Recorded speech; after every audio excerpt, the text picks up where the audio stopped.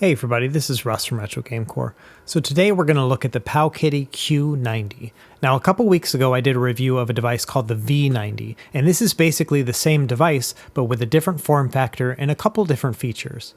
And honestly, I really wasn't expecting much from the V90, and when I got it I was very pleasantly surprised by just how fun it was to play and how mature of a software it had. So I wanted to see if the Q90 had that same kind of experience.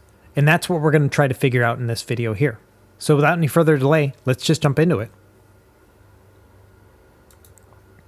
Okay, so let's start with some specs with this PowKiddy Q90. Now overall it actually has the same specs as the V90, so it has an all-winner F1C100S chipset with a 700 MHz CPU and 32 MB of integrated RAM. And as we saw in the V90 video, that's not a lot of hardware to work with, but it actually performs fairly well for certain systems. This has a 3-inch IPS display with a 320 by 240 resolution and a 4:3 aspect ratio. I'm a big fan of this aspect ratio because it works really well with 8-bit and 16-bit systems. And the 320 by 240 resolution is actually the same resolution as, say, something like the RG350, but because it's a smaller display, that means you're going to have better pixel density.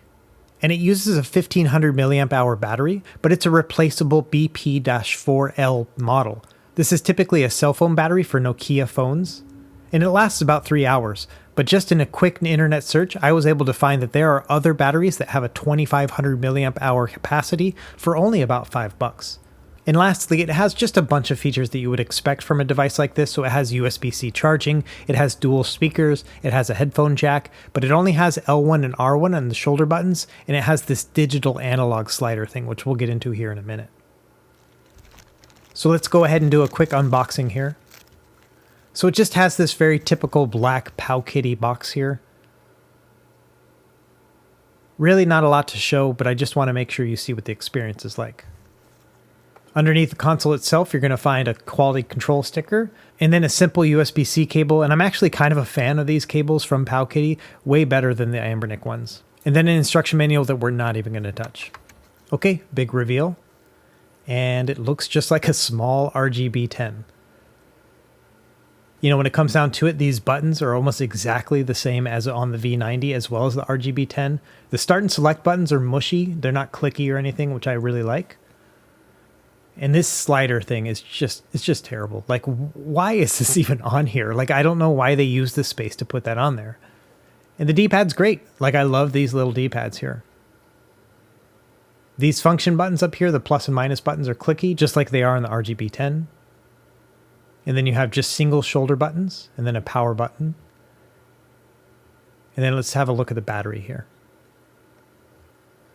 So this BP4L is actually fairly bigger than the V90 one, which means you can get better capacity out of it, which I really like. I like having these replaceable batteries, it's pretty cool. And it's funny, you can see how cheap this device is because you can actually see the main board from the battery compartment, which is pretty crazy. And you can see it has these rear-facing stereo speakers. I'm not really a fan of these rear-facing speakers like this because I feel like I'm just playing the music for everybody else but myself. So I don't expect to be using the stock firmware on this because it actually runs the same custom firmware as the V90, but let's just turn it on so you can get an idea of what it's like. And I really don't want to get into it about this. You can just watch the V90 video to see why I don't really like this firmware. But earlier I mentioned that this looks a lot like the RGB 10. So here's my metal version of RGB 10, and you can see it's just like a dead ringer. The D-pad is almost identical, the analog stick obviously is completely different, but the face buttons are very similar. I can't emphasize enough how useless this slider is. I don't expect anybody to actually use it. Okay, so let's bust out the V90 now. First thing I want to do is use the SD card from the V90 directly in the Q90 to see if it works. And if you're interested to see how I set up this custom firmware, I would recommend you check out the V90 video instead. But yeah, look at that, it boots up just fine. And here we are. Now I've really tailor-made this specific disk image here, so when you actually install it yourself, you're going to find a ton of different emulators. Personally, I just stuck with the basics. You can see from the display, it's actually pretty nice. Like, it has good viewing angles. I can't really see much of a distance between the glass on the screen and the LCD display itself. So overall, I think it's a pretty high quality display. And you know, when the V90 and the Q90 first came out, there were a lot of issues with screen tearing. And although this isn't the best screen in the world, I think the custom firmware has done an admirable job in making sure there's a lot less screen tearing than you would expect. Okay, so let's start out with a Game Boy game. Let's do Metroid 2 Return of Samus. As you can see, I've loaded up the BIOS for the firmware image here. That's why I'm able to see the Game Boy splash screen like that. And this device has a volume wheel, and I really like these volume wheels. It's just like super convenient to me. I like having real instant and total control of my volume with a volume wheel like this. So I'm playing with that green dot matrix Game Boy style coloring, and I really love it. It feels a lot like an original Game Boy. And obviously the form factor is completely different, but I really enjoy this experience. And the device is very light in the hands. It's only 122 grams altogether, which is about 10 grams heavier than the V90, but about 30 grams lighter than the RGB10. Ever since I got this device, my wife has been asking me to hurry up and finish my review because she wants to turn this one into a Dr. Mario machine. She just wants to play this one, and typically she uses an S30 for it. And I think that's saying something there. So one thing I do want to point out is that even though this is a 3-inch screen, you get a lot of screen real estate for the classic games that you're going to be playing. So for example, the comparison here with the RGB10, this 3-inch screen is actually larger than the 3.5-inch screen when it's put at the 4:3 aspect ratio. So here you can see when I'm using the full screen display with Game Boy Color here, the pixels look great. Like everything looks very nice and sharp and clear. And I really enjoy this experience. So Game Boy games, Game Boy Color games, they look really good. Now in RGB10 here, you can see I have it at 4:3 display, and it still looks good, but it's actually a smaller image even though it has a larger screen. And there's quite a significant price difference between the two. The RGB10, not the metal version, but just the regular one, is at least twice as expensive as the Q90 here. Now Game Boy Advance is a different story. Because this is not a 3:2 display, it's going to have some letterboxings on the top and the bottom. But honestly, it's very, very faint. You can barely see those bezels. And one thing I want to point out is that, Super Mario World 2 is like one of those games that I like to test on the Super Nintendo to see whether or not it has performance. But somebody in my last review pointed out, it was like, hey, just play the Game Boy Advance version, see if that one works.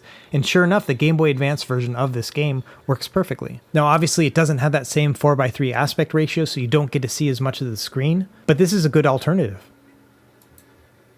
Now moving over to NES here, you can see that the screen is a little bit smaller than full screen, and that's because in order to make sure it has good scaling, you have to do integer scaling. So this is the size of the screen you're going to be playing with if you want to play with really nice and clear and sharp pixels. And as expected, performance on the NES is just perfect on this. It's really fun to play on this thing. There's something about having a cheap little plastic handheld like this while you're playing a game, which is really fun. And just wait for this, bam, look at that shot. Wasn't that awesome? Anyway, let's move on. So Super Nintendo, I would say, is like 80% playable, maybe 90% playable is probably a better judge here. You're not going to be able to play some of those Super FX chip games like Star Fox or anything else like that at full speed, but most of the classics are going to play just fine. Mario World is really fun to play. Something like Super Metroid would be really fun to revisit on this device. And again, we're talking for $30 or $40. We're talking about the price of like a remastered classic game if you were to rebuy it on the Switch. To me, $30 or $40 is almost the price of like a console game, but in this you can get thousands and thousands of games on one handheld device. I think that's just a ton of value. I think when it comes down to it, the Super Nintendo is basically the system that shines on this device. Because it only has L1 and R1 buttons, that means that every Super Nintendo game is going to control perfectly. And you'll see here later that you can play some PS1 games on here, but the lack of an L2 and R2 button do inhibit your gameplay. Now that being said, the bezels are pretty damn thick on this thing. And it's something you don't really notice with the V90 because a lot of the case covers those bezels. But here, even though it's the exact same screen, those bezels are very prominent. Especially when you're playing a system like Super Nintendo, which doesn't take up the full screen. It's a lot like other systems like the Odroid Go Super, where you're just not taking advantage of the full screen. Now when you're playing something like Game Gear, which looks really good in 4:3, it looks fine. I think everything looks good here, and handheld systems like Game Boy and Game Gear in particular play really well on this device. And even Sega Genesis, it actually looks pretty good at full screen like this. Now it's not all doom and gloom or anything like that, but I just wanted to make sure you're aware of some of the limitations of this screen. When it comes to arcade gameplay, I think that any of the classic arcade games are going to play just fine on this. You can see here that Altered Beast, a game that really doesn't take a lot of hardware requirements, plays just fine. So if you want to play those classic 80s and 90s games, you're going to be able to play them. I'd say the upper limit of arcade games on this device are going to be CPS2 games. So your Super Street Fighter, your Darkstalkers, games like that are going to play just fine on that, but don't expect anything more modern than those. In general, Neo Geo, CPS2 and below are going to play fine. Now there are several other systems that play with the custom firmware, so I encourage you to look at that custom firmware and see what's available, and one of those happens to be a Pico 8 emulator. But it has some bugs. For example, on this level you can see there's some weird artifact of Celeste's body within the ice walls or something like that. I'm not really sure what's going on, but that happens fairly often in this Pico 8 emulator, so it's not a perfect emulation solution, but it works pretty well. Okay, let's talk about PS1 for a second. There is a Discord user named Hijinks187, and he's been working on trying to get perfect PS1 emulation on the V90. And because this shares the exact same firmware, it's going to work on this one as well. And what he's been trying to do is find the perfect settings between a specific set of BIOS files as well as specific emulators, and seeing which ones work perfectly. And he's going to come out with a list of the top 100 PS1 games and how to play them perfectly. By his own admission, for the most part, every single PS1 game he's tried, he's been able to figure out how to get it to run at full speed. Now this doesn't mean you're going to be able to play every single one of them out of the box, but if you really want to play PS1 on this system, once his list is done, I think you're going to have the ability to do that, as long as you're willing to do a little bit of the work that's required. In general, when you just play a PS1 game like this out of the box, for example Final Fantasy IX or Tony Hawk Pro Skater 2 like this, it's not going to play very well. It's going to run at about, say, 50 frames per second out of 60. And that could really potentially inhibit your experience. You can see here with this game, there's all sorts of artifacts in the road which make it a little bit distracting while you're playing, although the speed is actually just about perfect. So long story short, don't buy this for PS1 if that's the only thing you really want to play, but do keep in mind that you might be able to take advantage of these adaptations later in the future. When it comes down to it, the comparison here is actually going to be between the V90 and the Q90, and they're both about $30 to $40 depending on where you shop for them, and they both play the same exact firmware, but they both have their strengths and weaknesses. For me, I really like the clamshell design of the V90. It feels really great, but it has a smaller battery. You only can get about 2 hours of gameplay out of this thing. Whereas with the Q90, it has this kind of longer form factor, a horizontal gameplay, and some people really like that style. And it has a bigger battery, so you have longer gameplay sessions ahead of you, especially if you upgrade that battery inside. They both have the same kind of features when it comes to USB-C charging and headphone jacks, but the V90 has L2 and R2 buttons. So if you really want to take advantage of PS1 games, this might be your better bet. I actually prefer the shoulder buttons on the Q90. I think they're just really well balanced. They remind me of the RGB10. I like how you can push them from the top or the sides and it'll click down perfectly. But the bezels on this form factor are just pretty significant. When you look at the V90, the bezels are covered up by that plastic part of the screen. And so even though it's the exact same screen, it just feels bigger and just more immediate to you. I don't think you can go wrong with either of these devices, but you should really think about what features and what form factor you prefer with these two. So like I mentioned before, I really don't like that analog stick. So I'm going to take this thing apart and see what we can do about it. Taking this apart is super easy. Just undo the 4 screws and then use your fingernail or plastic spudger to basically pry open the bottom. From there, it just comes right out. The first thing I notice is that it looks really cheap here. You can see the speakers are actually soldered into the main board, so you cannot swap out those speakers unless you want to solder them back in. And to my surprise, I found that there's a rumble motor here attached to the main board. I've never actually seen it implemented in the software, but that's something that's there and available. But if you look, here's the analog stick, and it is full on soldered in. You cannot go and change this easily. So maybe it's possible you could find some sort of different analog stick to put in there, but it's not something you could do easily. I don't think it's worth it. And there's a single screw holding the main board in, but when I try to pull the main board off, I can feel that the LCD display is coming apart. So I'm not even going to touch it. I'm just going to push it back together, put everything back together. I don't think there's any modifications I can do to improve the experience on this device. And maybe there's somebody out there who has more skills than me and could figure this stuff out, but as it stands, with my level of skill set, I'm not even going to touch it. So the moral of the story here is just don't have any extra expectations for this device. What you purchase is what you're going to get other than adding the custom firmware. And like I mentioned before, to learn how to do the custom firmware, just check out my previous video for the V90. It's super easy to install, there are all sorts of themes with it. It's a mature firmware, it's been around for a while, and not only that, they're still working on updates for it, which is a really great sign for the longevity of this device. Alright, so let's start wrapping it up here. Let's start with what I like. Number one, I like that this is just a small, plastic, lightweight device. It's only 122 grams. It's low cost. You can find it for $30 to $40, and sometimes on sale you can find it for as low as $25. That's pretty incredible in 2021 that we have something that can play so many games at that price. The 3-inch 4x3 display is nice and crisp. I really like it. In general, I think this is great for 8-bit and 16-bit games as well as most arcade games. It's a pleasure to hold in the hands. Like I mentioned, my wife is just waiting for me to give this to her. I like that it has a replaceable battery slot, and I love this custom firmware that's available on this device. And if you really want to tweak it, you can play a good amount of PS1 games.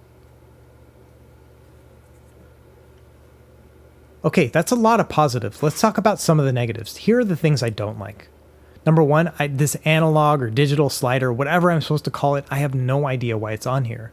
There's never been a moment where I thought, man, I need to use this stupid slider. Like, it just shouldn't be on here.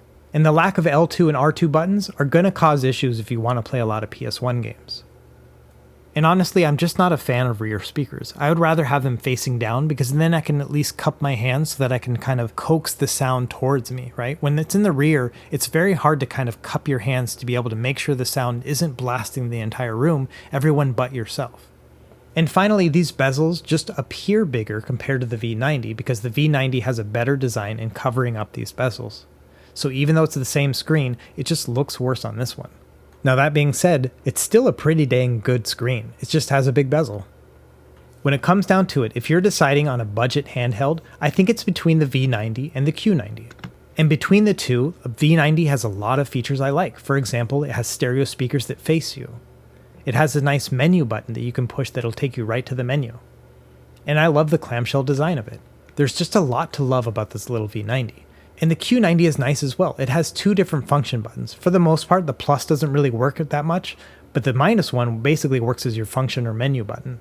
It has very nice start and select buttons, and I do like these shoulder buttons. You're just limited to 2 of them.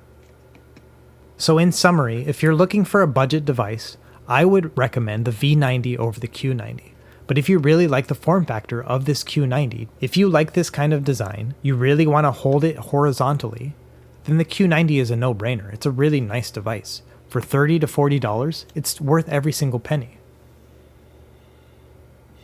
Alright everyone, that's it for this video. I hope you enjoyed it. Let me know if you have any questions in the comments below, and be sure to like and subscribe if you found this helpful, and we will see you next time. Happy gaming!